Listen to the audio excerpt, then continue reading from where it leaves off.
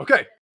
Does this look good? All right. What's up, everyone? My name is Merrick TV, back with another episode of Coffee Break. This is something that we look forward to every week. It is our MMO podcast where we discuss all things related to the genre of video gaming that we all love so much. Cryptic Villain down below.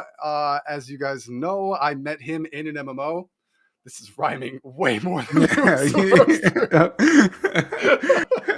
And my beautiful wife in the bottom right. It's not going to happen again. I'm not going to rhyme this. Keep it going. No, I'm not doing it. I'm not doing it. We also met in an MMO. So this genre means so much to us, and we've been playing these games for a very long time. I've been playing the genre of MMOs since EverQuest, in the dawn of MMOs back in like the year 2000, I think is when I started playing my first MMO. So we have basically got together and just started talking a lot about all the different things inherent to the genre, what one game does really well, what another game doesn't do as well, why this interesting pool of MMO players sort of goes and chooses one instead of another. Why you leave one because you didn't like it, and then you gravitate towards another one that's done something better. So we started just sort of staying up late talking about these things all the time, and people said, you know what, this is actually pretty interesting. Let's make a podcast out of it, and we've had a blast with it. So if you guys missed the intro, that's basically what we're going to be doing today. There's so many new things, exciting things in the realm of MMOs in the last few months, in the last year. We've seen World of Warcraft, the absolute champion, the indisputable heavyweight king of MMOs for the last 20 years, basically first take its first nosedive, right? Like everyone has been waiting for the WoW killer. Turns out WoW just is going to kill itself. So and we watched Final Fantasy, the game that actually maybe started off as one of the weakest and worst MMOs ever made, and they acknowledged that. They turned it around, and now it's quickly becoming the king. A lot of us met in Guild Wars 2. There's all of these things. With EOD finally coming out, right? There's a huge expansion coming around the corner for Guild Wars 2. I know a lot of us, that's our main game, so that's very exciting. New World came out, Amazon trying to dip its toe into the MMO genre more than once, right? They tried it with the Lord of the Rings MMO, which they then had to cancel. New World came out with this huge amount of hype, and then, you know, at least in the current state of things, we might watch this back a year from now and have a different opinion, but it didn't do so well. There's some interesting systems in that didn't really pan out. And now we're seeing Lost Ark breaking records on Steam. And a lot of us have jumped on that bandwagon, extremely excited about it. I know that a lot of us really love the game, but because it is an Asian MMO, it comes from a different marketplace than ours. It has some fundamentally different elements to its systems. And so we're all kind of confronted with this thing all over again. We're like, hey, we're going to go from one MMO to another. We're excited for this new one that just came out. Wow, I love the gameplay. Wow, the combat is awesome. The story is kind of immersive. But what the hell is with the naming? Like, what's with the guild stuff? Like, there's always going to be a different kind of system that is done sort of weirdly. So that's what we're going to be covering tonight. Exciting stuff. It is exciting stuff. So how many of you guys are into Lost Ark? Let's start with Lost Ark. Cryptic, are you still playing that? Are you enjoying the game? Yeah. I had to take a little break this past week, but I can't wait to get back into it. Long way to go. I'm only level 47, but I've liked it a lot so far. And I mean, I think out of our like little circle of, and I say little, it's actually a pretty big circle of Lost Ark players. It's pretty big. Yeah, it's pretty big. I think I went in the most pessimistic, and like my score has been increasing the more I play it. So you're enjoying it more and more as you go. Yes. Yep. 100%. All right. So So Junie, I'll ask you too. Have you been enjoying the game? I know that in general, since I've known Junie, I have played ARPGs or isometric ARPGs, sort of the top-down fixed perspective RPGs in terms of like Diablo 2, Diablo 3, Path of Exile, Grim Dawn. There's a lot of really good isometric ARPGs out there, and I've played a lot of them. I like the genre, but I have tried to get Junie into them for years, and she's never taken to a single one of them. Are you actually having a positive experience with this game? I am having a positive experience with Lost Ark, and I have played Diablo, right? I played Diablo 2 and 3, and then I played Path of Exile. And they were, relatively enjoyable. They didn't really have that sticking power, which is for me at least, which is I think what Marek is really referencing there. And yeah, Lost Ark is very different, and I think it's because it brings in other elements that are not available in things like Diablo or Path of Exile. I mean, just right off the You bat, mean being able to be pretty right. and play Okay, Barbie so as your character? Because aesthetically, let's face it, something, and to be fair, something like Diablo might not be everybody's cup of tea. I admit it's a good game. The story was interesting. We got through the campaign. But afterwards, it wasn't really a place I wanted to live in, every day during my relaxation time. But something like Lost you're Ark. saying you don't want to live in I literal was thinking the hell? same thing. Right, Yeah, I was thinking the same exactly. thing.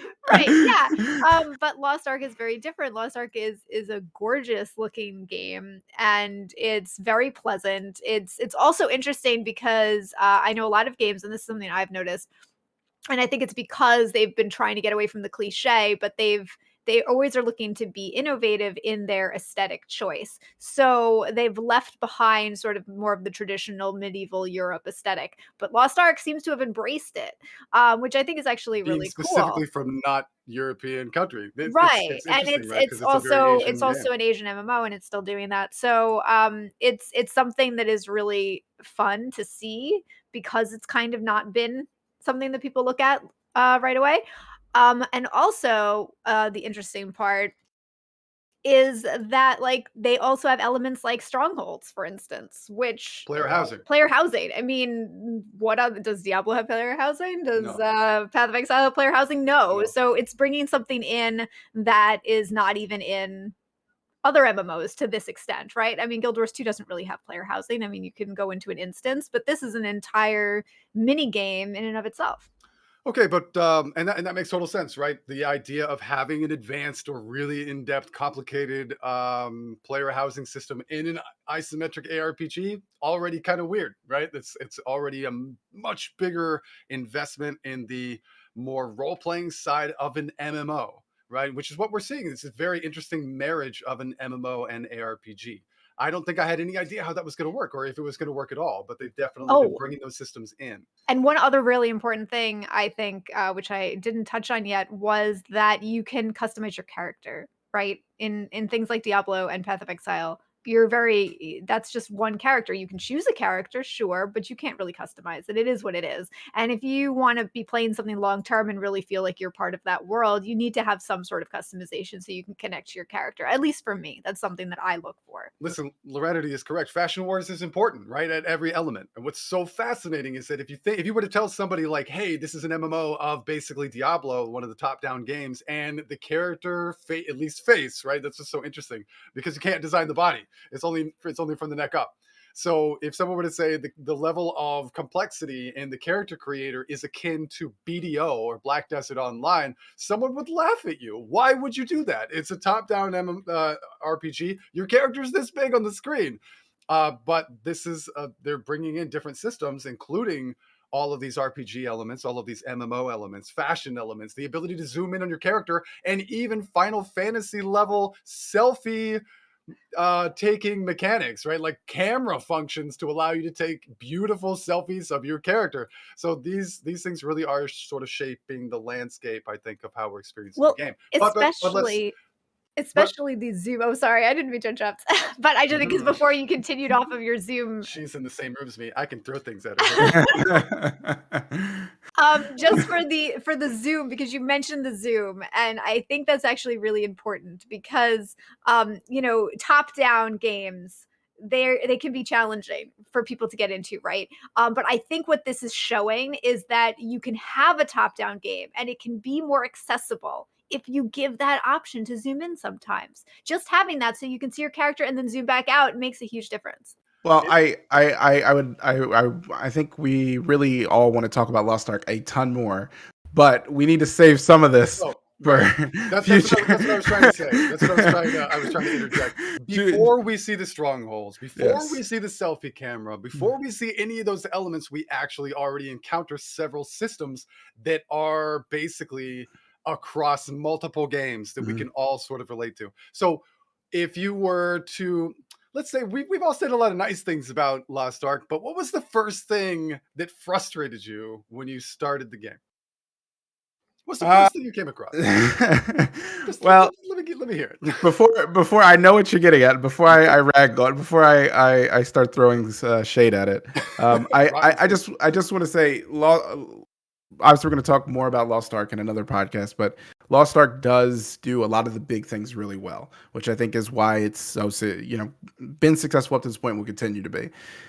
But as with most Korean MMOs, it's the little things that start to add up, and one of the biggest ones right off the bat. Yes. Your character name. You There it is.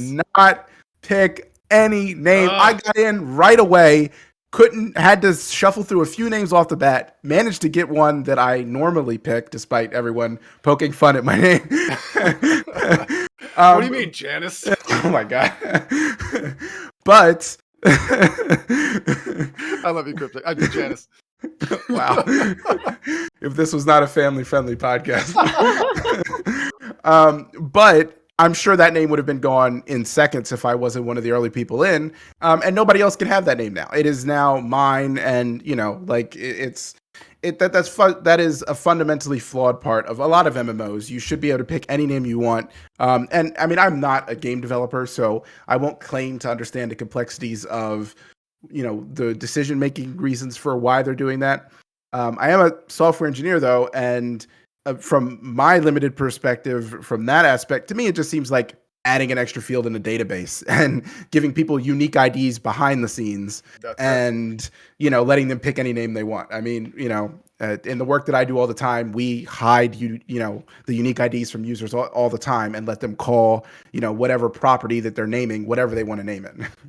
Right. Okay. So this is the prime example, right? These are things that we have solved. These are issues that people ran across as far back as I remember, which is in EverQuest. Yeah. Server-based naming, unique naming, basically, right? You needed to have a name that was completely unique per server. Mhm. Already difficult. If you're coming into this game years late, it is already a disaster, right? You already have a really hard time with it. But let's talk World of Warcraft, which is maybe the most egregious, right? Like, it is almost impossible to get any kind of reasonable name in Mhm. World of Warcraft. That has been that way for forever. But these are things that we have solved. If you looked at things like, I'll bring up Star Trek Online, even though most of you guys haven't played Star Trek Online, but let's talk about ESO because they do the same thing. Elder Scrolls Online allows you a Great an example. account name, right? It's an account name, and then Yep. your character name is basically an extension of that account name. Now Yep. you can format it any way you want. I don't need to, like, if Cryptic's account name is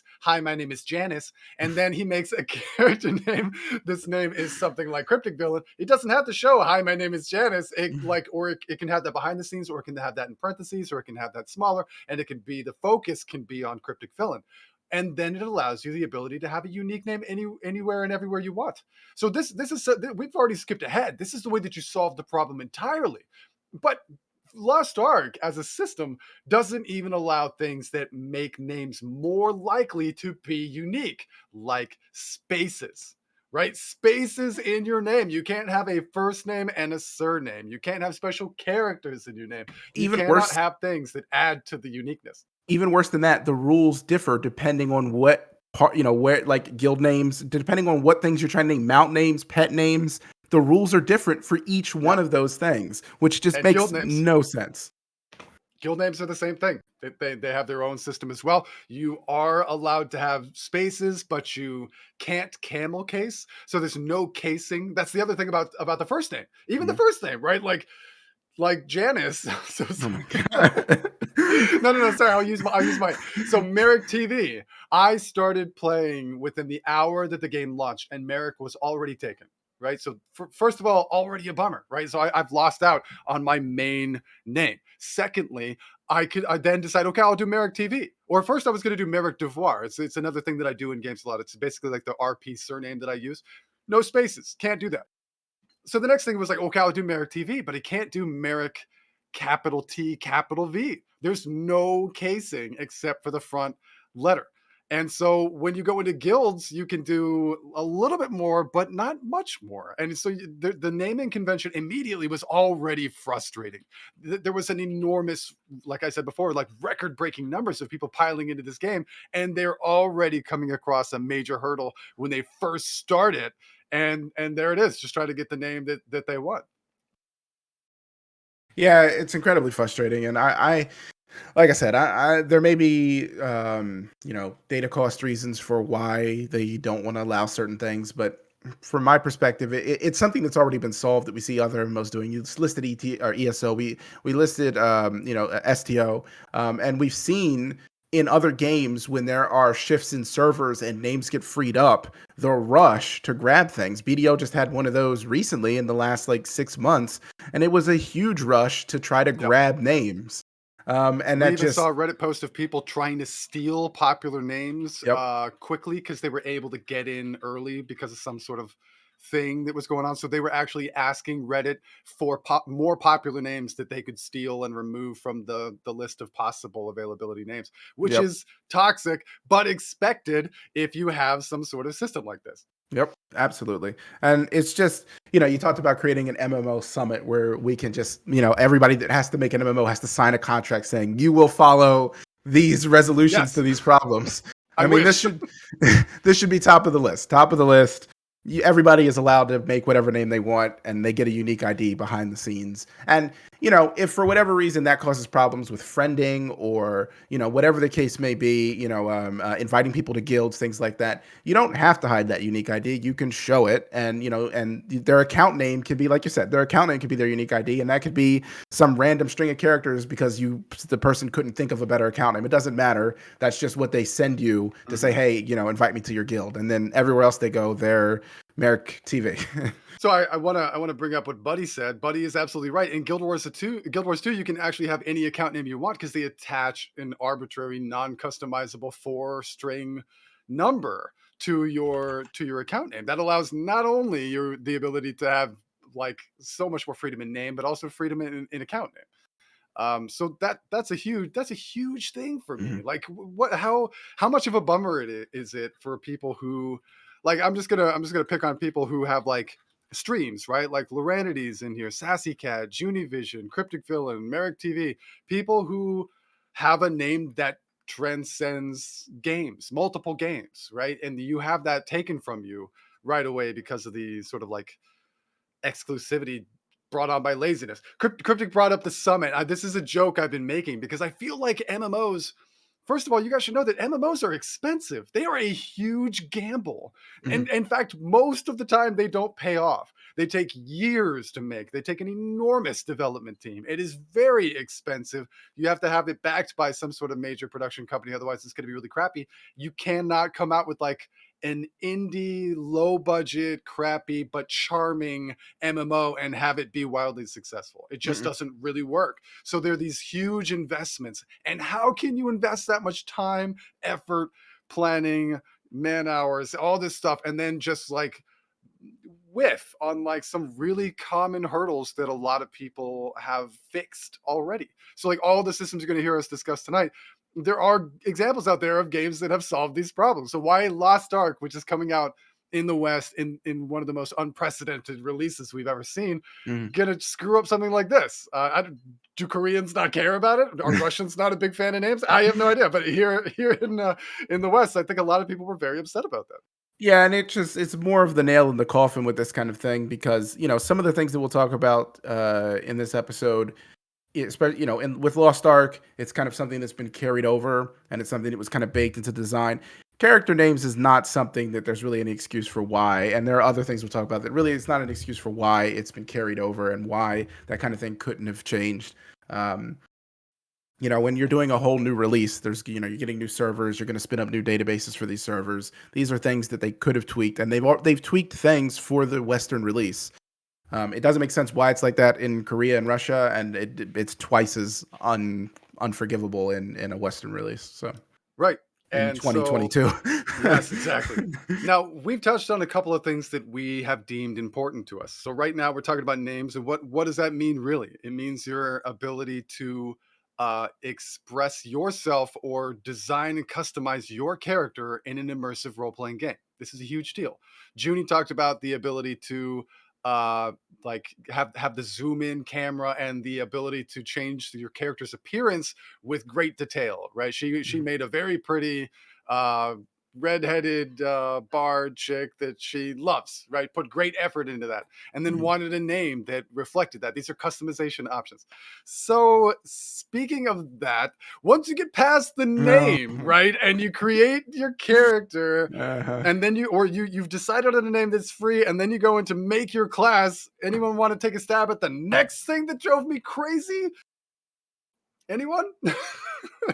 I bet Cryptic knows. I actually don't remember because I was thinking like they do even What? let you save, but they even let you Gender save. lock. Oh, that's true. Okay. Buddy, thank you.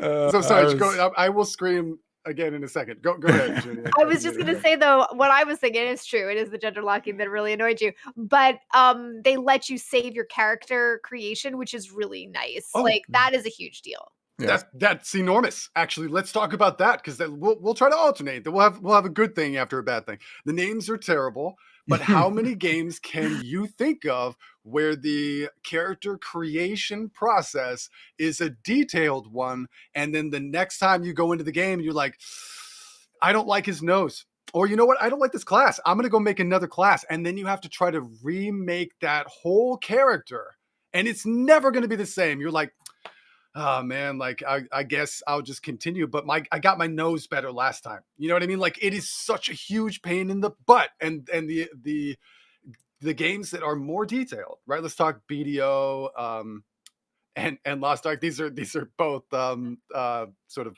Korean or Eastern MMOs.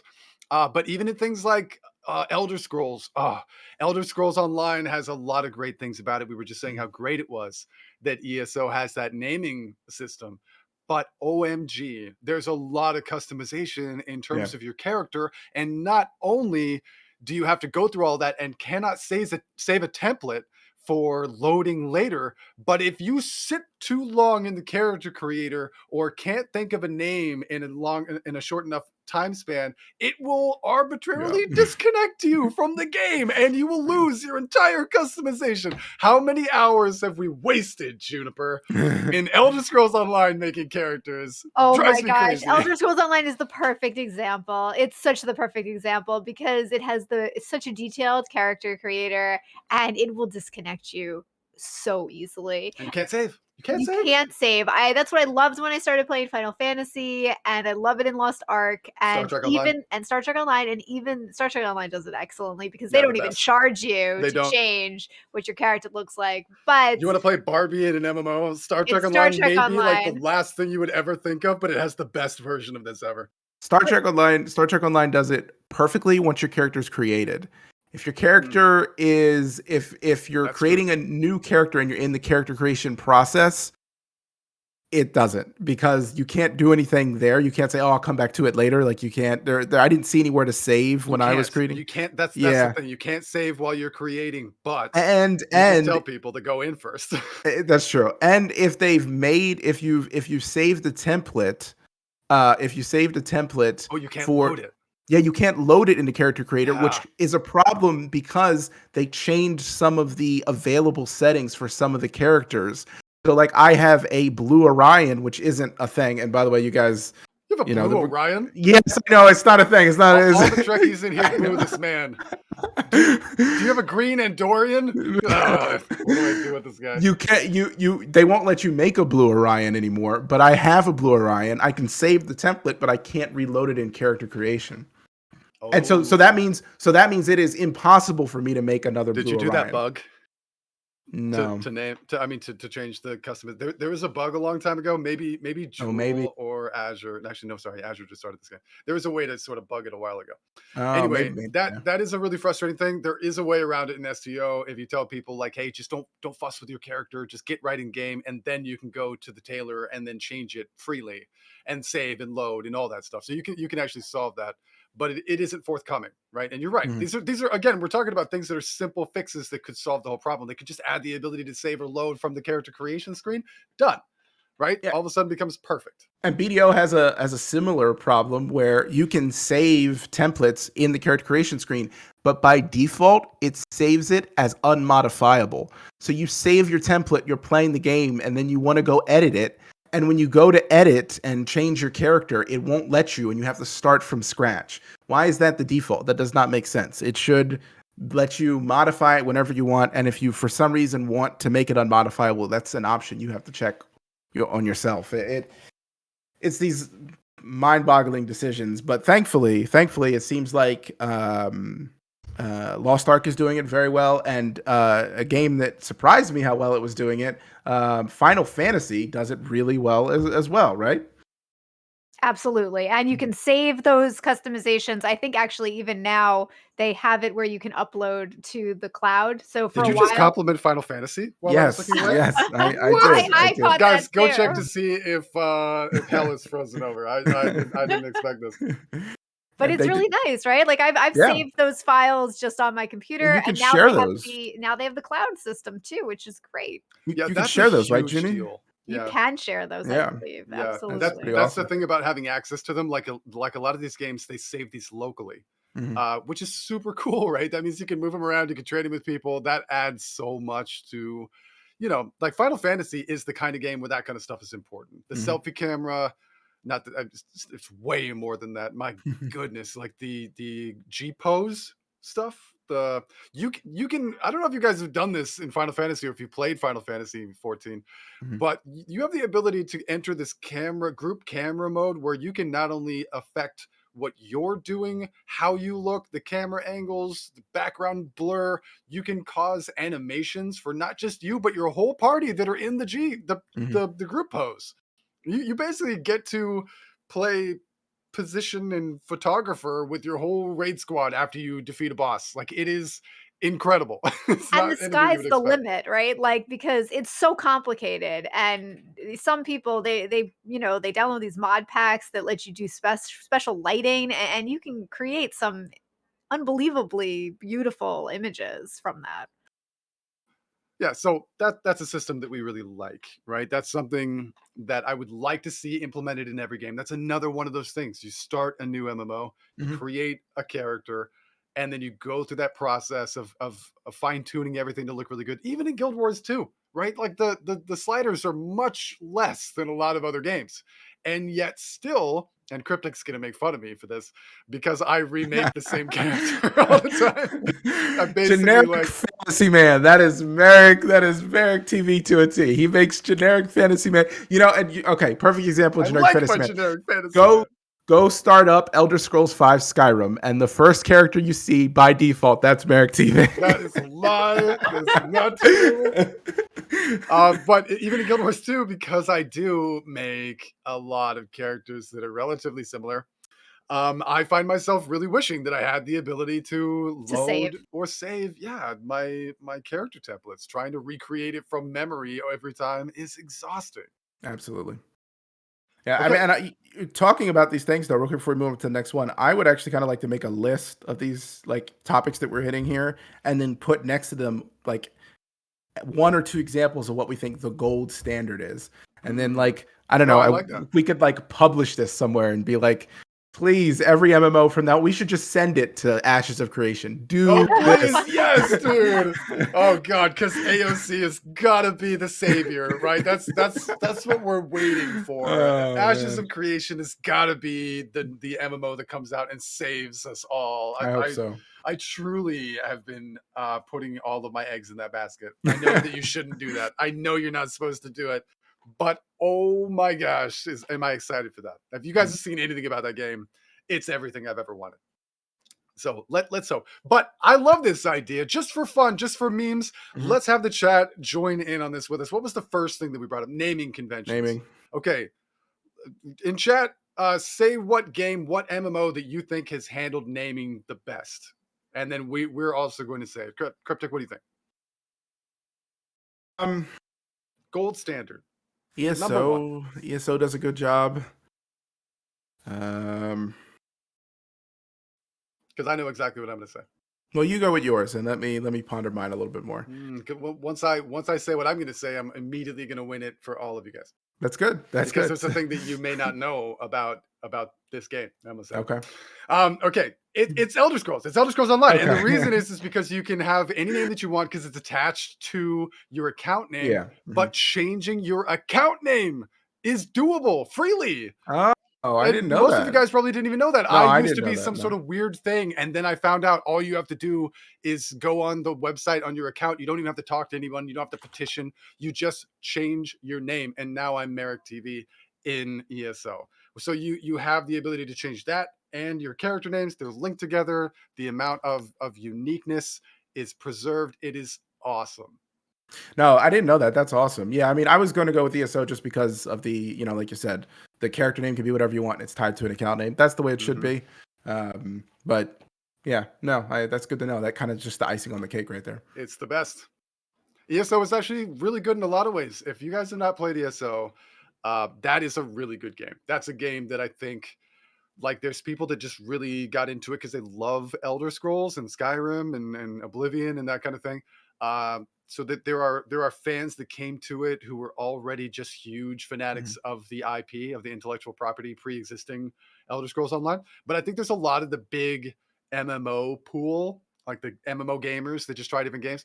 I think like they bounce like especially our Guild Wars 2 company. I feel like everyone has an awareness of WoW. Everyone has an awareness now of Final Fantasy, but ESO is sort of off in a corner sometimes, and it's sad because that game is kind of like Final Fantasy in that it started really bad. And so if you hopped on the hype train when the game first came out, like I did, and then was like, this is not good. It's not for me. It's not that game at all anymore. It's actually really good in a lot of ways. So I think Okay, the second thing we talked about was the what was the second thing we talked about? the character creation. Yes, saving character creation. So yeah, I let's think let's final tackle like character creation complexity and the ability to save it, like the full on experience of creating your character. oh, complexity is BDO then. Like And you can save it. yes, you can save it. I mean, I thought we were separating those two things. I mean, I think Well, that's fair. They're, I they're, they're mean, two different things. yeah, I think for creation, because you can save it BDO. BDO, I think the only problem with BDO system is, like I said, that it automatically defaults when you save it to not being able to modify your saved file. So that saved Mhm. template, you Oh, I then see. So like, you can load it, but you can't alter it. yes, you can't alter it. So No, I want to be able to go into game and be like, I love the character, but my nose is too big, and then go back out and shrink my nose. exactly, it's literally just a toggle, but by default, it's on. Ugh, It's the dumbest thing. It makes no sense. that's so Um, silly. but yeah, I mean, I think BDO does it the best, maybe overall, and I think it definitely does the best just for character creation. But as far Yeah, as just saving on a template, I mean, Final Fantasy, I got to give it its props. Like it saves it to the cloud. It saves it yep. locally so you can share it. I mean, Can't beat that. yeah, it's great. You also have the ability to change your character, right?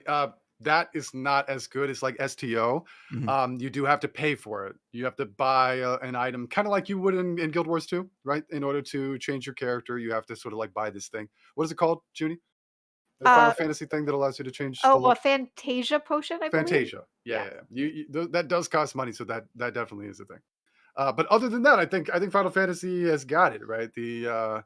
A good enough level of complexity, the ability to save, load, share, and then recorrect. All of those things are there. And I don't mind spending a few dollars to make sure that my nose is the right size.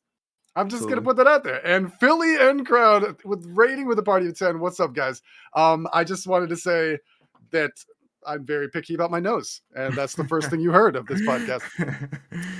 So that's definitely something that I think can make or break a role play immersion experience, right? You Mhm. want your character to look right, you want its name to be correct, you want to be able to make those changes and not have to stress out about it. I saw Argus said the BDO is stressful. The character creation, if you don't have that freedom to change it later, like that's something that actually is a huge load off my mind when I'm playing something like Star Trek Online. I don't have to screw with it now, right? I'll do it later. Like if Yeah, I just want to make a absolutely. character right now, I don't have to feel locked in. And I think that's an important element in every MMO experience. No one wants to feel locked in, especially locked into something that they know isn't perfect. Yep. Right? I got a name. My name is Janice, and I don't know if I'm gonna like that later.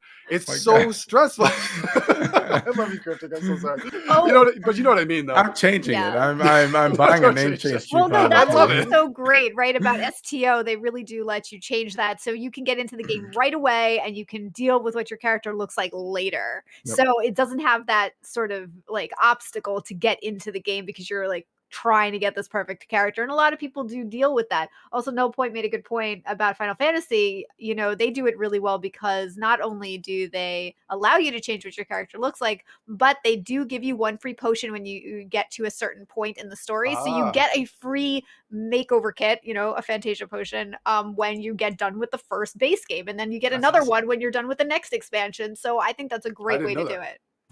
Good. So you're like, hey, you're invested in this game. You've gotten to this milestone. You've been staring at your character nodding in cutscenes for like a bajillion years.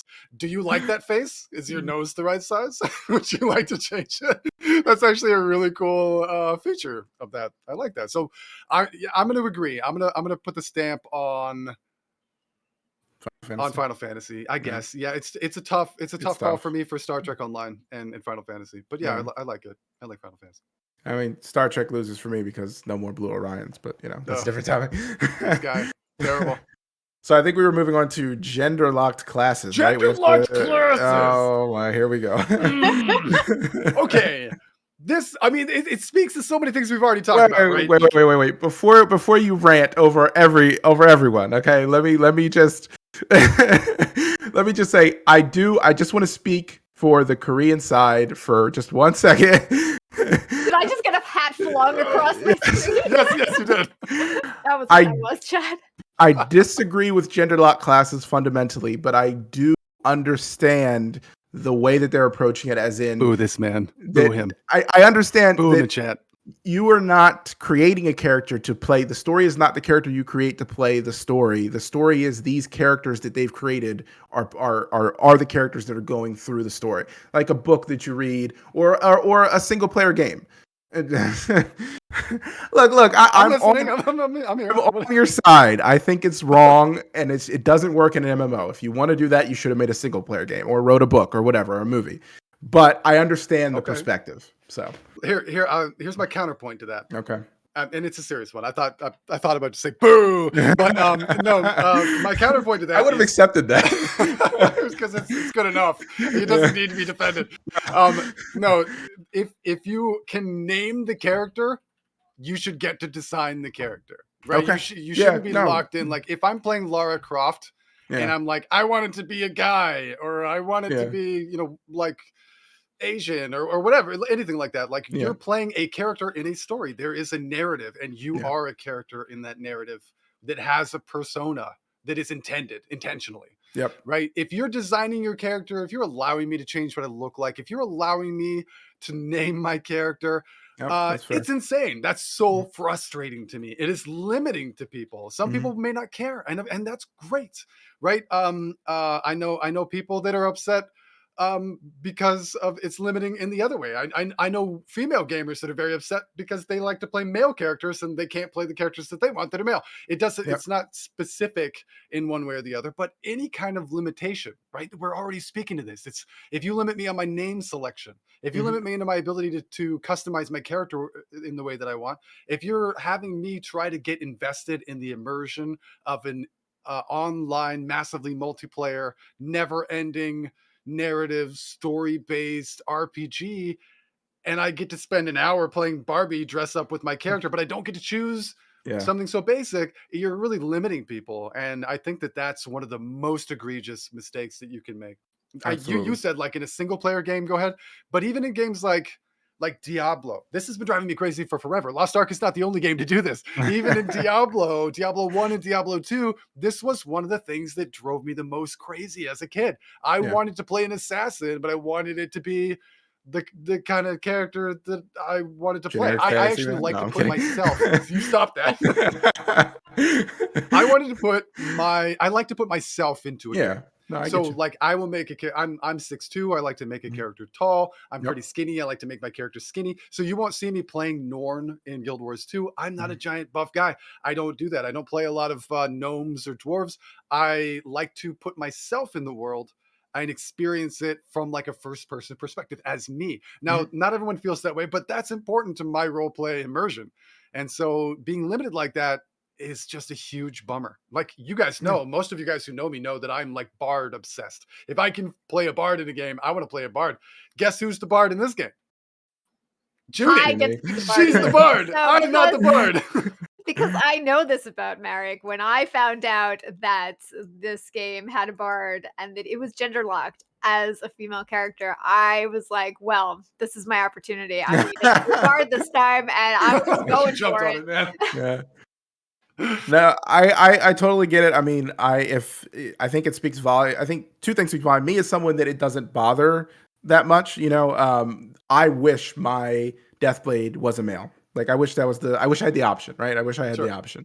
And then on top of that, I think what speaks more volumes than my own desires is that both Lost Ark and BDO have expressed the desire, which BDO obviously has the gender lock class as well, have expressed the desire and have tried to make the classes non-gender locked by introducing a mirror version of the class or some of the classes that are the opposite gender. So they know that people want it. They know the demand is there, yet they do not put in the full effort to make it happen. Okay, so here's my follow-up to that, because I should say that what we're sort of ragging on right now, for those of you guys who are new to the chat, also welcome everyone who's new to the chat. We're sort of talking about Lost Ark. It's very successful. It's very popular right now, but there are a lot of gender-locked classes. However, we are already aware that this game has been out for a long time in the East, and that they're just releasing it now to the West and have made myriad changes, at least a multitude of changes, anticipating a different market, a different client, right? Because people in the West have different expectations in online games and different sensitivities, right? They knew that some of the gotcha mechanics or some of the sort of cash grabby stuff or pay to win stuff, these are horribly offensive terms in the US, right? You say pay to win, absolutely. and people will flee that game immediately. Even just accusing of a game of that is terrible. And if you think it's bad in the US, it's twice as bad in you.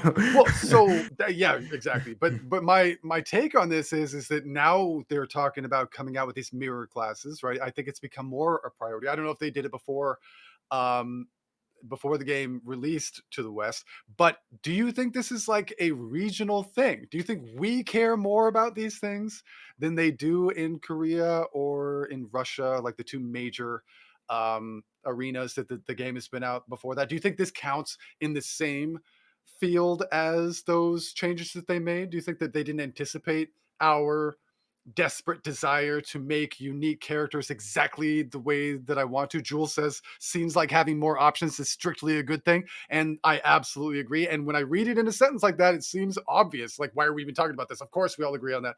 But is that regional? Do you think that's cultural? Yeah, I'm trying to think of an example of a Western MMO that is gender locked, and none of them are coming to mind. I can't think of one. Yeah. I mean, even Diablo 2 and Diablo 1. And Diablo 3, right? I mean, no. Oh, No, that's Diablo 3 is when they fix it. See, they knew that this is something that people complained about for 20 years, and then they actually fix it with. I mean, with those are more pseudo MMOs. I mean, Yeah, and I was gonna say, like, even though it's not gender locked, it's still you're pushed into a specific avatar. Like, you can't change what your character looks like at all. Yes. I can't really think of an example. I mean, even games that seem like it would be ripe for it, like SOTOR, it's not gender locked. So I can't. It really does seem like it's a cultural thing, just like with microtransactions and stuff like that. I agree completely. And your character has a narrative in SOTOR. It does. A very in like in Guild Wars 2, like in games where they voice act your whole character, they got 2 voice actors, right? For 100%. that. So they invested in it heavily here. Yep. Yeah, it's definitely a cultural thing, and it's surprising that I don't know. I mean, I would have to immerse myself in that culture to understand, their philosophy more and why this is the direction that they take, their MMOs. But, from my perspective, as someone that is born and raised in the West, it just doesn't make sense to me. And this is coming from someone that I said that is willing to tolerate it. I love BDO. I'm enjoying Lost Ark. BDO crushes me, man, because I was almost coming back to that game when they came out with the pirate class. I know. What is it called? I love pirates, man. So when I saw them come out with that, someone help me. The Corsair, dude. Yep. I was so stoked for that, and then it wasn't going to be for me. I know.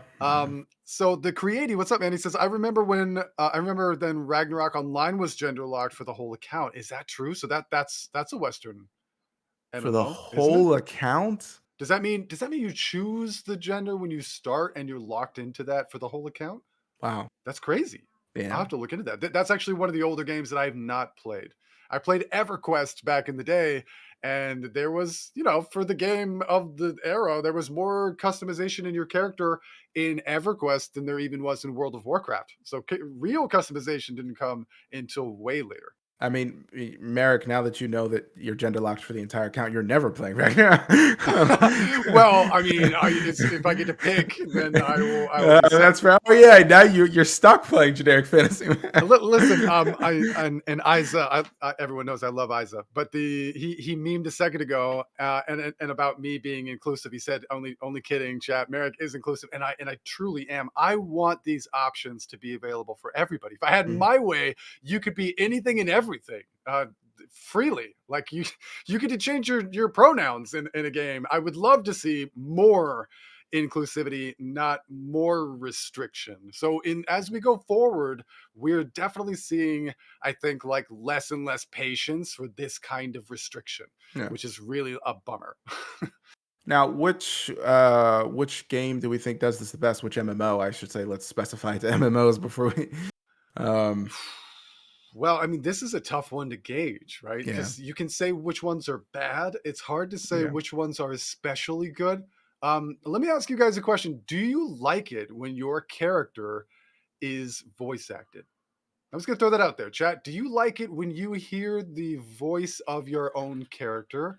Would you prefer to have it so that your voice lines are read in a text dialogue so that you can imagine your own voice? Or do you even prefer it in Final Fantasy where your character basically says nothing and just nods his way to victory through the entirety of the game? Because this is also like an experience of your character. It's how much limited you can be, right? Like I like that I get to choose male or female for any class in Guild Wars 2, for example. And as much as I love what's his name? What's his name? The guy that voices freaking everything in every video game ever, the male human in Guild Wars 2. Someone help me out. He's in every video game known to man. I like his voice, but like after a while, I'm like, You know who you're talking Yeah, about. he's the male human in Guild Wars 2, right? yes, yes. Yeah. And in Who a is that? billion other things. Nolan Nolan North, North, no there Oh, we point. go. Thank yeah, you, there dude. we go. Yes. Nolan North voices freaking everything. Go look at his IMDb. It'll blow your mind. But after a while, I'm like, you know what? That's not me. That's not how I would convey my character. And because Cryptic says I've made generic fantasy, man, 100 times in a row, I'm like, in my own head, I role play them differently. Like Yeah, I'm not a role that's player. fair. I don't go around typing these and thous. Uh, but in my head, I like to experience video game immersion. And for me to do that, I create different characters with different personas. That's one of the Mm, things I love about Guild Wars 2. The option to even though it does nothing almost, right? Like I'm like, he grew up in the streets and he's from the circus, or yeah, I was a highborn. I've been with nobles my whole life. Just having that written in that one character panel adds so much to my immersion. And then when I hear my highborn fancy pants guardian or Mesmer speaking exactly the same as my sewer rat Aladdin esque thief that grew up on the streets, you know that takes away. It takes away from it. It actually doesn't yeah. add to it. No, I agree 100%. I mean, for me, I can live with any version of my character as far as speaking, not speaking, just speaking the first line. Like I can live with any of those. We should say that that's what they do in Lost Ark, right? They Well, I don't voice think act the first line. your character never says anything, but No, true. the other NPCs, which I'll get onto in a second. But yeah, I mean, I can live with pretty much any version of that. I think I prefer the one where my character doesn't speak, but I am given dialogue choices, right? Like even if it's just an illusion of choice, being able to make some choices throughout makes it feel like it's more my character and not just the story that's kind of happening along as I'm going along. Like I don't just happen to exist in the world. Yep. Um, Absolutely, yeah. Mhm. I mean, I definitely agree with that, Cryptic. I remember and my first, experience of that was when I played, Dragon Age mm, Origins, Oh yeah, and good example. it does not have your character speaking, yeah, and I felt very immersive in that game. I felt like the character was me, and I would hear myself in my head as I read that stuff to myself, and then when the second game came out, all of a sudden it was a character voice, and it really threw me out of the world. It's definitely something that it's cool to be voiced. I mean, I understand why people like it, but it really does kind of hurt the immersion for me. I wouldn't say it kills the immersion, but it definitely detracts. Like it's no longer me, it's I'm controlling another person.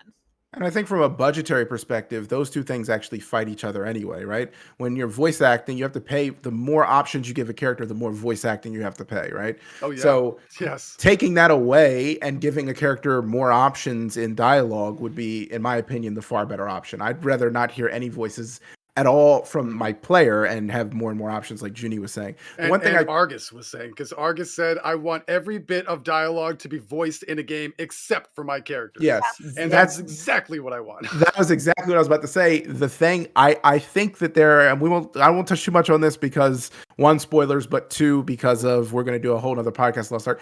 But I think that there's a really good story behind Lost Ark. I cannot get into it because one line is voice acted and then nothing else. Yep. And it just pulls me out of it more than having to read all of it, honestly. I think that is the worst of the three options. And I would rather have voices. Trust me, it isn't. If you played enough Final Fantasy 14, I promise you would not be saying what you're saying right now. Okay. I would rather just a little bit. Just give me one word. Honestly, I was gonna say I was gonna say, like, I get where you're coming from, Cryptic, but yeah. I do enjoy a little bit of the voice acting in the beginning, and then I can kind of take it from there.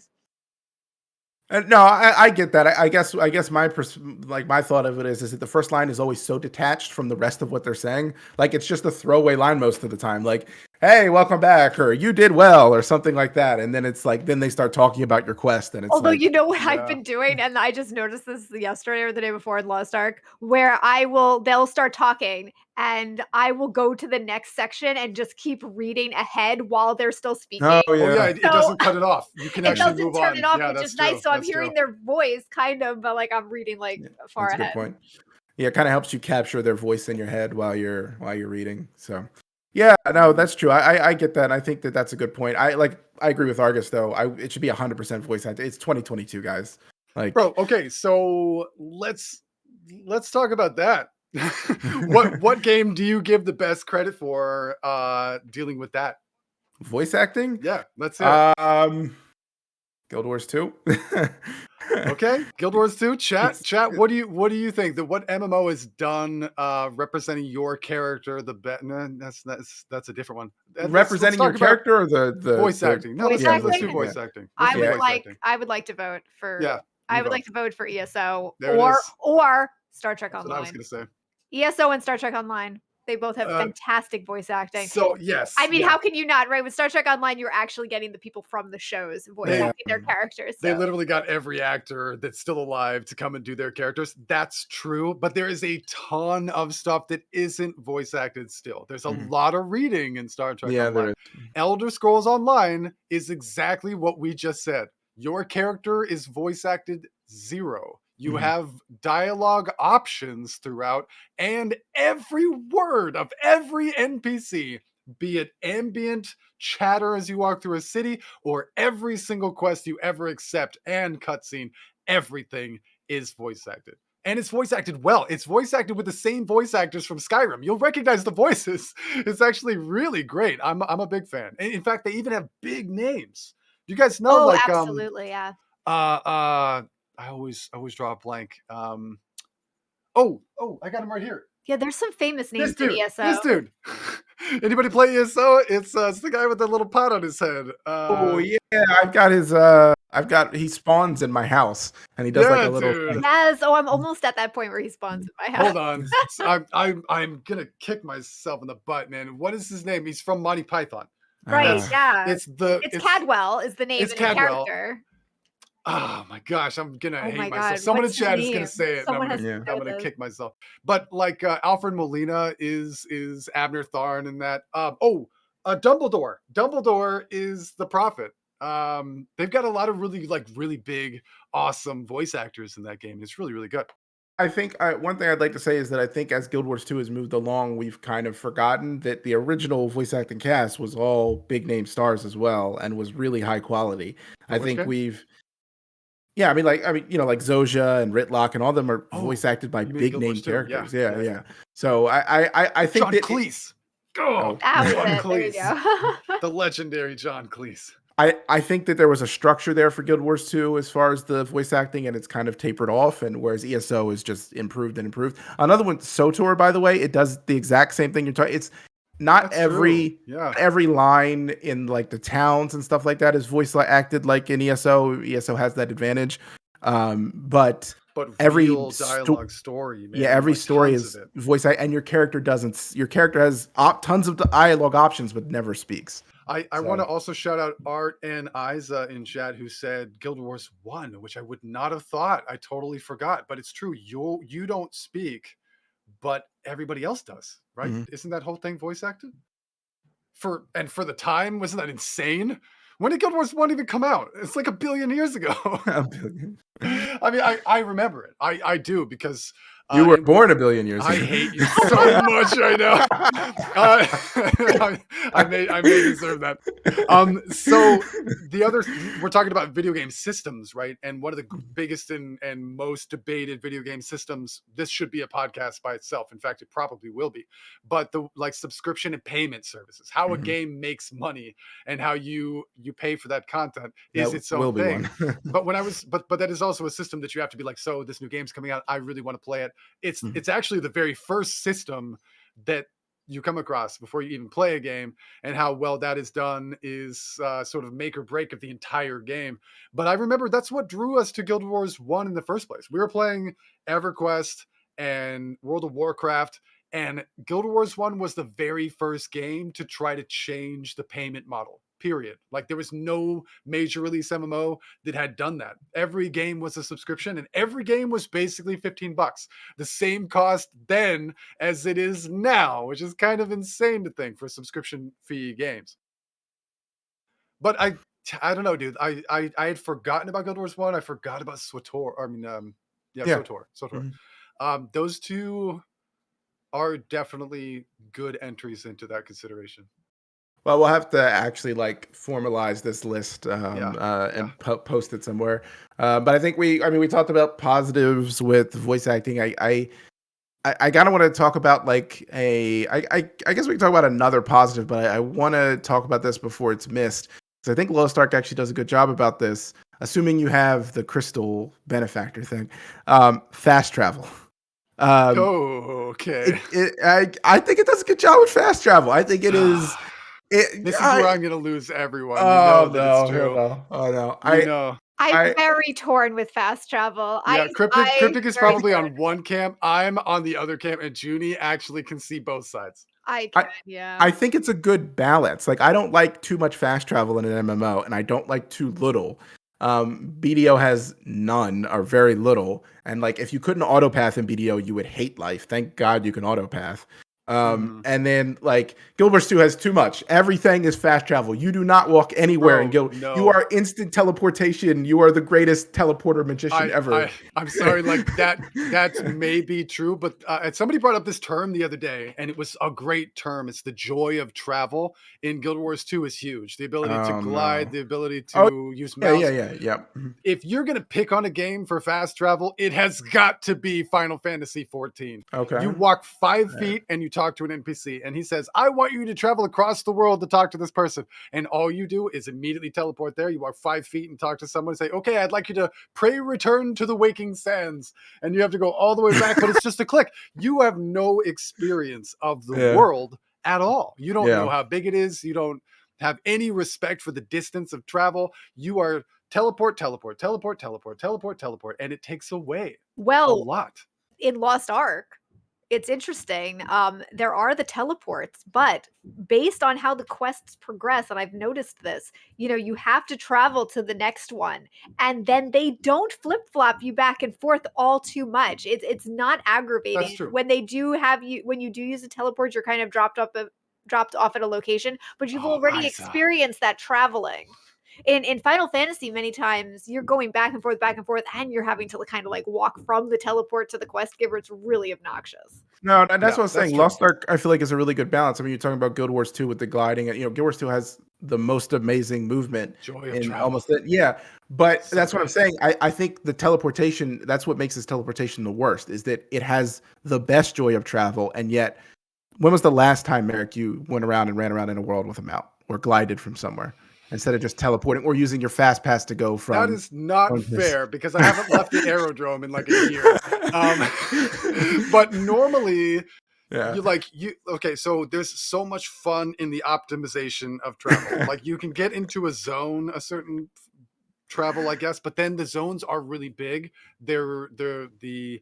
obstacles of that zone are significant, and so the transition from mount to mount to mount, Mhm. you know what I mean, and then the mount to mount to gliding, and to do all that, even if it isn't as much as I want it to be. And you're right, right? There's a lot of teleporting. Um, what is there is fun and Mhm. really fun, right? Okay. Like That's fair. there's actual skill involved in your ability to traverse from one location to another.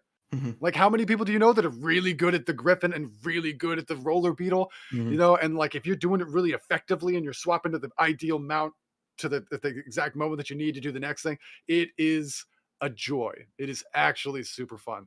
And let's not forget, it's not so much about travel, it's also about the quest system. Yeah. Because 100%. Yeah. right, because that's what we were alluding to a moment ago when we were Yep. talking about Final Fantasy, but we have to discuss how those are intrinsically linked. Maybe you can teleport everywhere around the world, but if the game isn't asking you to go back and forth and back and forth and back and forth, then it's not all that awful, Yeah. right? Like if the Agreed. game is constantly making you do that, that's what we like about Lost Ark. There's a lot of traversal, but most of it is in a linear forward direction. Mhm. You're going forward. You're not going backward and forward and the backward and forward and backward and forward. You're actually mostly moving to a new area, getting a new thing. And then you go into a little area around it. You travel just back to that one area, but then you have to traverse forward again. And so there isn't as much of that back and forth. In Final Fantasy, it is the worst. We said a lot of nice things about Final Fantasy in this, but there are some systems that are rough. And one of those for me is robbing you of the experience of the world Mhm. immersion Yep. itself. And so So, like if we were to talk about like what's one that's really bad for you, Cryptic? What's not enough? oh, not enough fast travel? Yeah. Oh man, not enough. I would have said BDO, but I don't know. You do get used to it. You get used to just traversing the world with Well, autopath. it has autopathing. So for Yeah, it those has of you who don't autopath. know, it literally has like a string of dots headed directly to your next objective, and you click travel, and then your character just runs along the dots, and you don't control it. It'll take turns, it'll go around stuff, Oh my god! it'll jump over logs, like you don't No, do it does its anything. job. They'll stop and build a camp, and they'll eat some Oh my dinner. Uh, god! you don't play the game, it plays you. Oh man, In Mother Russia, video play you. I remember Sotor not feeling like it had enough fast travel. Um, but I don't know. I feel like games. I feel like most of the time I notice when there's too much fast travel, not when there's not enough. And when there's not enough, I chalk it up to developers trying to make me explore the world more and be more immersed in it. I mean, that's the excuse I give BDO. I will say, just to touch back on what Azure said about Lost Ark, I mean, you guys, like I said, we're going to have another Lost Ark discussion when we've all played it more because we have Yep. felt like we haven't played it enough. But I have gotten to what Azure's talking about. And that's why I think Lost Ark's fast travel is the most balanced in pretty much any MMO I've played, because we have all the stuff that we talked about, but then also going between continents, you can't fast travel back to another continent without planning it. You basically have to like set up points of where you want to have places to fast travel, and everywhere else you just have to deal with the movement. And then you have to plan around your cooldowns if you need to fast travel a lot. So I feel like it's a really good balance of giving you the convenience that you want while also providing the need to explore and move around. So like I went and I did some pirate quests, which you'll love when you get to those. Yes, I will. Dude, I can't wait And for my boat. I don't have a boat yet. yeah, that's what he's talking about with the continents. Like I had to take my boat to all those I'm islands so and excited for that, dude. explore, and that was awesome. And I Yep. couldn't just fast travel there. Okay, so when I asked the question, Cryptic, what's not enough fast traveling? You can tell immediately a guy who has not played WoW Classic. Oh, Because there was a wow, direct what is answer to that wow? question.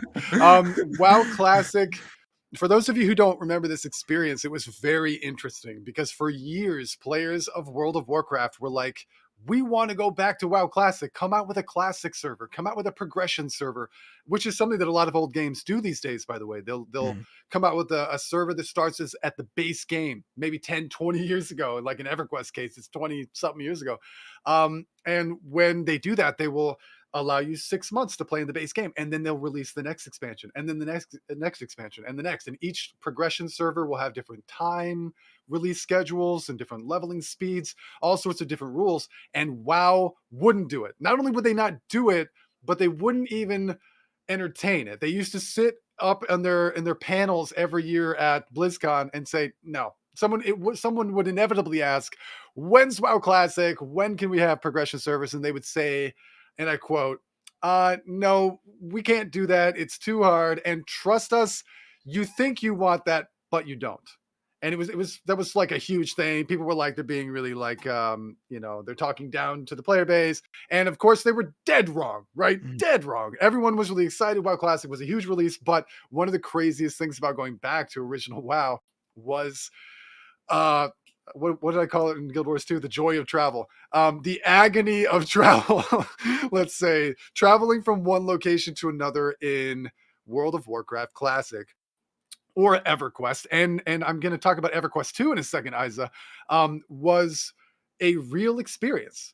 It was hard. It was arduous. It was dangerous, especially in WoW Classic for us because I was playing on a PvP server. But like, you really respected the travel. You would plan for a trip and stock up supplies, or you would be very careful on the road. You would try to stick to the roads so that you wouldn't get monsters because it was very dangerous. But if you were on a PvP server, people would find you there and it would be really dangerous because the roads were more populated. Your actual class skills, not just combat oriented, but like the way in which you experience the world were changed by what class you were. So maybe one class had a better ability to travel. Maybe they could stealth. Maybe they had the ability to run faster, turn into a cheetah, or walk on water. Could walk across lakes where normal people would take forever to do that. So they'd have to go around the lake. So modern gamers, I think today, would hate the Oh, experience of travel without any kind of fast travel. But for me, I found that it increased my level of immersion and respect for the world and the size of the world in which I was playing in so profoundly. And I miss it. I I really can. do. This is why I told you I'm going to lose most people. Most people are going to hate this because they're just so bored. But I loved it. It felt like I was really in Dungeons and Dragons or something, doing some big epic journey. I I, I liked that. can I can give you your litmus test for people hating it. New World. Oh my God, the fast travel in New World. Tiffy hit the nail on the head. I mean, phew. I want to do a whole podcast just ranting about New World, not just the fast travel, but so many things in general. But I mean, I do feel New World sounds very similar to, obviously, I didn't play WoW Classic, but my experience in New World sounds very similar to WoW Classic as far as the fast travel goes. And it is kind of the agony of travel, especially when PvP was a bit more prevalent. I mean, that kind of went away, but um, yeah, I mean, you there's a lot of traversing in New World from point A to point B, turning in quests, doing this. And I'm somebody that loves Yep. to optimize things. And I would make sure that I would do all my quests in an area and then go back to a city and turn them all in. And That's the even classic that, WoW experience. yes, but even that in New World became agonizing. And like I can, you're 100% in the minority on that one, Merrick. So, See, I don't know. I can appreciate both sides. I do love the convenience, and especially for modern games, I would say they're just not built to not have fast travel. Um, but EverQuest, I went back and I played EverQuest, and Yeah, she that did. is P99. P99 a few years back. And I have to say, that was an experience, and it was a very unique experience. No one who has not played games like pre 10, 15 years ago would have ever experienced anything like that. You didn't have fast travel, but honestly, you really didn't need it because that is part of the game. The game consists of so much, I think, and this is really what did it for me. So much potential. Like, you had to read everything, you had to respond to these characters, by typing, and, Oh, I liked that. Yeah. right, I really liked that, and there was you're not handheld at all, so everything that you experience in the No. world is just you discovering things and really searching for Easter eggs, like, that's, I guess, a way to explain it. It's like everything is an Easter egg because it's not obvious Well, at all. the world felt bigger, more dangerous, more expansive, more magical, more mysterious, right? Like all these things were definitely true. Yeah, mysterious, yeah. So I think when you take that away, like that is I think my problem with Final Fantasy is that I like the story, I like the characters, I love the raid mechanics, I like Mm. combat, combat I used to pick on, but I actually really enjoy it now. But some of the real issue that I have getting into that game is feeling like uh connected to the world that I'm in. And it has a lot to do with that teleportation thing. Like you're teleporting back and forth, but there's also, if you look at the shape of the map, this is where Guild Wars 2 deserves awards, way more recognition than it gets. Because when they decided to come out with mounts like they did, traversal of terrain going from one zone to the next, or even just across the zone, is an experience. And there's almost nowhere you can't get to, right? Like the zones are huge, and not just huge on like the XY axis, but the Z axis, like the verticality, which I've spoken about before in Guild Wars 2, is unmatched. I mean, anything, go to a Heart of Thorns zone and tell me how the heck they even made those zones. It blows my mind. So like that experience is so positive. Whereas if you go to Final Fantasy, not only are you teleporting around everywhere, but you're also surrounded by invisible walls constantly. You are not allowed to fall off a cliff. If the zone has like a little road that you have to traverse, the map is going to reflect that because you can't go around that road. And so you're really restricted. It feels less like an MMO, less like an immersive world, and more like levels in a video game. I'm on level 5. Now I'm on level 6. You know what I mean? Like it doesn't have the world experience that I want. This is a bit of a tangent, but this is why the movement in WildStar is what killed WildStar for me. Oh, Um, Wildstar, yeah. the when you first load in, there were, at least the city that I spawned in, there were arrows pointing that looked like they were telling me where I needed to go, and really what they were was signs like you were in a city, like street signs, like go this way, go, but they weren't taking me to my quest. And then on top of that, I was trying to see, like what would do a lot of damage to my character. I couldn't find anything. So I went to the tallest tree I could find. It was like this world tree area, and it was like this big quest. We went all the way to the top, but I jumped off all the way to the bottom, and it didn't kill me. Didn't kill you. No. Now, do you want it to kill you? Yes, yes. I So jumped off the tallest tree around. It yes, was massive. that's another thing, right? Every game treats falling damage differently, and I think a lot of people, I think there might be like a huge contingent of people that just never want to die. But for me, like I want to respect that. Not only do I want to Yeah. respect falling off a cliff because that's a big thing, but when Yeah. we're talking about world immersion, like you should feel like there are dangers, and the dangers aren't necessarily just the big bosses at the end of dungeons. You should be killed by stupid decisions. And Mhm. not only should you be killed by stupid decisions, like I like the idea of chopping down a tree, not getting out of the way, and being crushed by the tree and killed.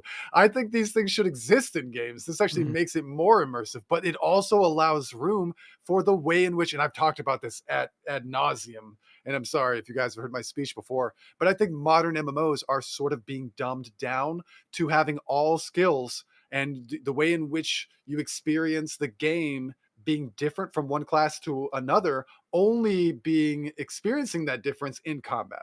And I think that's bad. I think like if I am a druid, I'll speak about WoW and about how some things that are really cool about WoW. If I'm on top of a cliff and I make a mistake and I fall off that cliff as a I don't know, as a warrior, I'm screwed. I'm just gonna die. I'm a big orc in heavy plate armor. I fall to the ground. I splat. I'm dead. And I deserve to die. I fell off a cliff.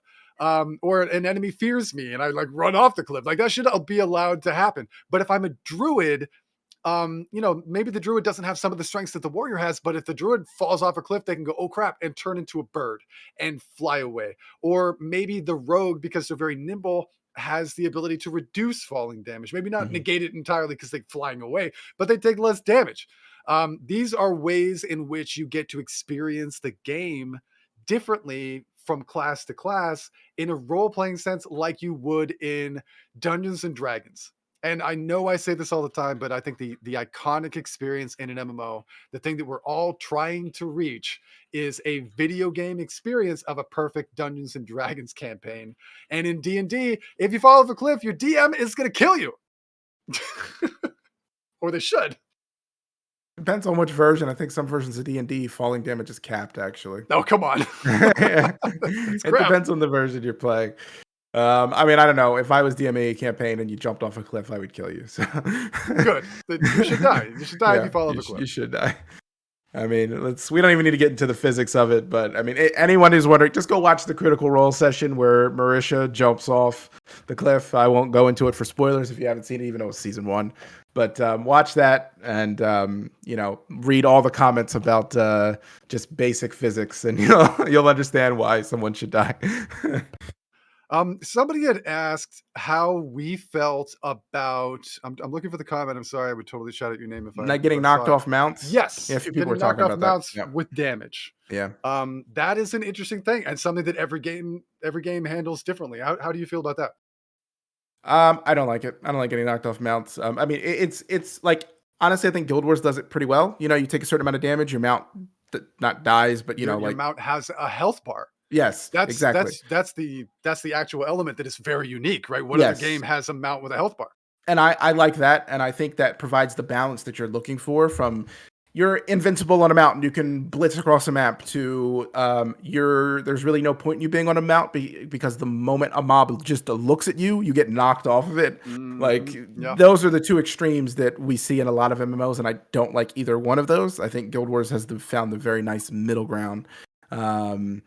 Tiffy saying BDO. Yeah. I mean, yeah, the problem with BDO is that you have to Tiffy knows this, you have to keep an eye on your horse because your horse will get wrecked if you leave it alone. Don't you park your horse? Yes, you park BDO? your horse. You go into the dungeon, but you park it outside and it stays there? Yes, you do. That's also super unique. I've never played any other game that does that. Yeah, horses have health bars. They have skills. It's actually kind of closer to Guild Wars 2. They have health bars. They have skills. Wow. Some of them can fly. There's one that glides, and there's one that has a pseudo fly, more like a griffin kind of thing. Okay. BDO's mounts are kind of closer to Guild Wars 2 in some respects. Not as crazy. Guild Wars 2 is still the most unique in that aspect. In every MMO. If you were ever to give Guild Wars 2 anything, you got to give it mounts. It's crazy. Yes, definitely. But the difference with BDO is you have to pay attention to your mounts. You can't just take your mount, go to a grind spot or a dungeon or whatever, hop off and start killing mobs, because when you turn around, your mount's going to be getting wrecked and he's going to die.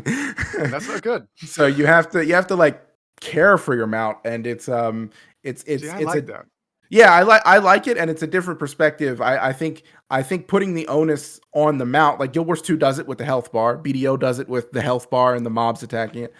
So putting the onus on the mount and not the player kind of switches the responsibility, where you're taking care of the mount, and your mount is the thing that gets you from point A to point B, so you want to protect it and be careful where you're going, as opposed to putting the onus on the player where, I take a tick of damage or whatever, and now suddenly I'm knocked off my mount and I'm surrounded by mobs.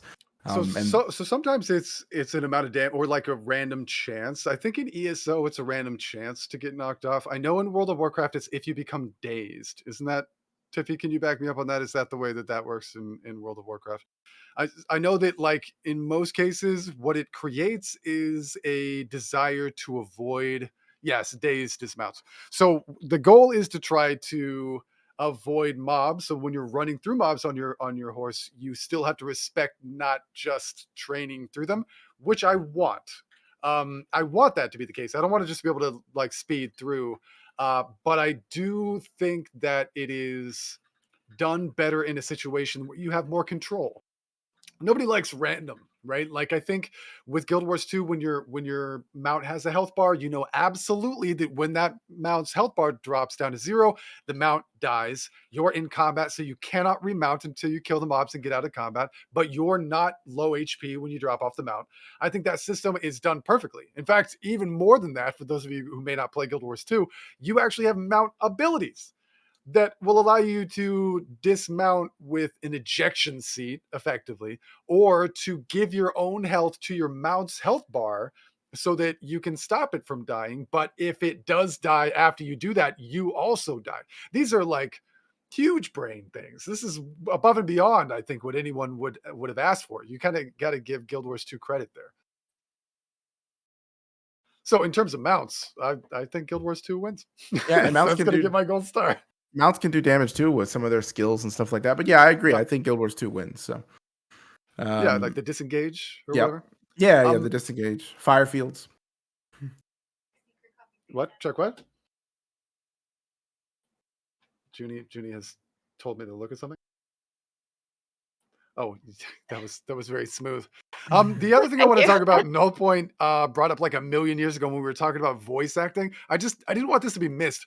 He brought up Dungeons and Dragons Online. Now, this might be a little bit more of an obscure thing. I don't know how many people play DDO out there, but one of the coolest DDO. things about DDO is that there is a dungeon master in the game. So there is a narrator effectively that is like, you go into the dungeon, but it says like, as you enter the dark and danky tomb, the smell of whatever is like wafts out from below and your eyes are watering with the sting of the scent of rotten corpses around you. It does this whole awesome immersive thing. And this is not anything that I want from any other game, but I wanted to acknowledge the uniqueness of that in terms of DDO, because that is really cool. I mean, it makes it feel very much like Dungeons and Dragons. So that was a neat addition.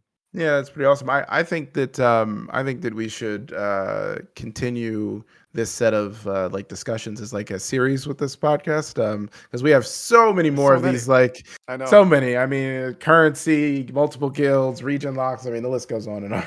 Oh God, Merrick TV facts. Oh no, he's Fact, back. Merrick has worked 3 weeks to grow what he calls his epic Viking beard. Okay. Uh, No, so here's the thing. The reason why I'm actually surprised that Merrick TV Facts was the first person to bring this up, because I never have facial hair.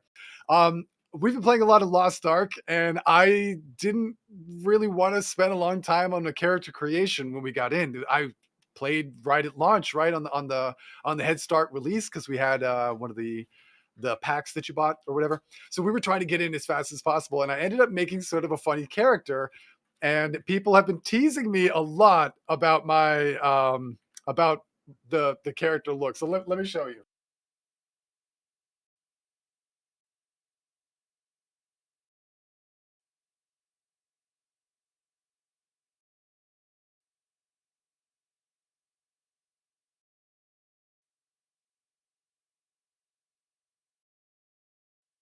I had to find it. There it is. So that's my beautiful character. And everyone has been giving me a really hard time about it. I streamed The Lost Ark when it first came out, and I was rocking this sweet, sweet handlebar mustache. And everyone's been making fun of me. And I said, you know what, guys? Screw you. I'm going to grow this mustache in real life, and you guys are going to love it.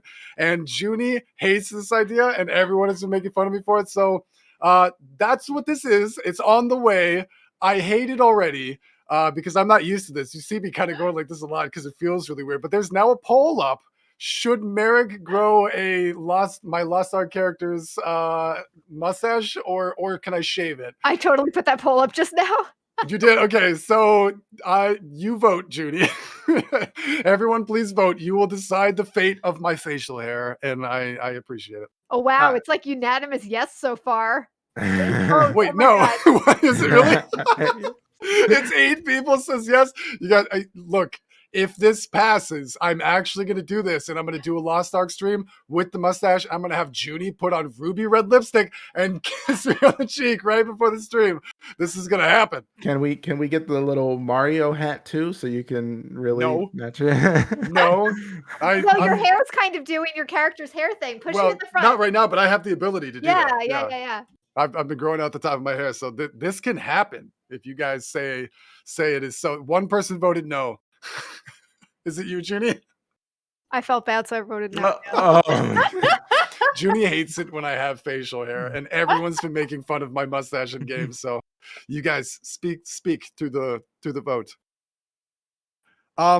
Oh, Eliandris says, Merrick TV, did you see my sub? I did. I responded actually earlier. Thank you so much for the sub. All of you guys who support the channel, please know how much we appreciate it. It goes a long way.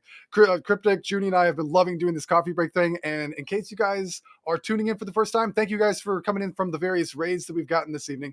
We are going to do this every single Friday. So this will be, I think, episode 6 or so in total, but we've done it the last 3 weeks in a row, and we're going to be doing it every Friday. If you guys enjoy these discussions or have any ideas about what you would like to be discussed, we actually have a dedicated coffee break channel in our Discord for you guys to sort of discuss what the topic is going to be, roll around your ideas. We'll shout out what you say in the podcast. So if you guys are interested, go to that link right there. No, that's the YouTube link. Go to discord.gg/Merrick TV and come and join our community. We'd love to have you. I tried that, Junie, and because we changed the bot, it is not working. But we do have the vanity URL, so you can join us. There you go. That's called the Junie bot. Do we still have the coffee break thread, or has that been? We do have the. We don't for the thread, but we're going to be making a temporary channel every week. So what we're going to do is we're going to post the topic ahead of time on Monday, and then for the rest of the week there'll be a separate channel for you guys to sort of discuss things and us to discuss it with you, and then we'll have a more informed discussion about it on Friday. Also, yes, our special guest next week will be Merrick TV Facts, assuming Merrick TV Facts has a face cam. We still don't know who it is. Right. Yeah, you have to have a face cam. To be on coffee break, you have to have a face cam. So that's the rule. That's the rule. Okay, should Merrick grow Lost Ark character's mustache? It is 9 yes and 1 no. Yeah, if anyone wants to get in there, now's the time. It's going to be up soon. Oh god, it's 10 yes. It's 10 yes now. Another 5 minutes and it's Virus told me that there are these things that you have to buy that like curl the hairs, and I've never grown facial hair in my life, so this is going to be very, very bizarre. Oh, also to go back to coffee break, if you want to see some of our older episodes, they all are on YouTube. So fun times. Like Cryptic said, we sort of battered around a lot of different things as far as systems go from one MMO to another, but there are never-ending supplies of these things. So I guess we could probably wrap it up here. We usually try to keep it at about an hour and a half, a nice bite-sized thing. Make sure if you missed any of it, you can go to the YouTube, like Junie said. And I hope you guys will join us for tomorrow's party games. Actually, we do party games in the Discord with our community every single Saturday, where we do games like Among Us or Golf with Your Friends or Crab Game we did or Fall Guys. And then we also do things that are free out of the browser like Gartic Phone or Jackbox, and everyone is welcome. So we would love to have you guys join us for that. It is a ton of fun. Grab a beer, relax, play some silly games. Yeah, hopefully we can put together like a magnum opus here of things that must be done in an MMO and then ship it off to. Ship it off. We got to make the summit, man. That's what's going to happen. We'll cover all the bases. Okay, guys, I guess we'll probably call it here. Thank you, everyone, for coming. Thank you for tuning in. Thank you for the big raids. Really appreciate that. And of course, thank you for the subs and the support. It means more to Junie and I than you could possibly know. Tax season is coming, so we're all a little nervous about that. We're going to probably wrap it up here. Send you over to, let's go say what's up to Subject Pang, dude. I have not raided that guy in a while. He's great. A Guild Wars 2 player and raider, trainer, hard stuck extraordinaire. So if you guys don't already know Pang, hopefully you guys will follow and subscribe to that dude. And have a good night. Thanks for coming. The mustache has won, by the way. It's 12-1. Nice. Okay, guys, look for that. The next time you see me, I'm going to shave off the goatee here, and it's going to be just the mustache, and we'll see where it goes. All right. Love you guys. Thanks for tuning in. Have a great weekend, and we'll see you next time.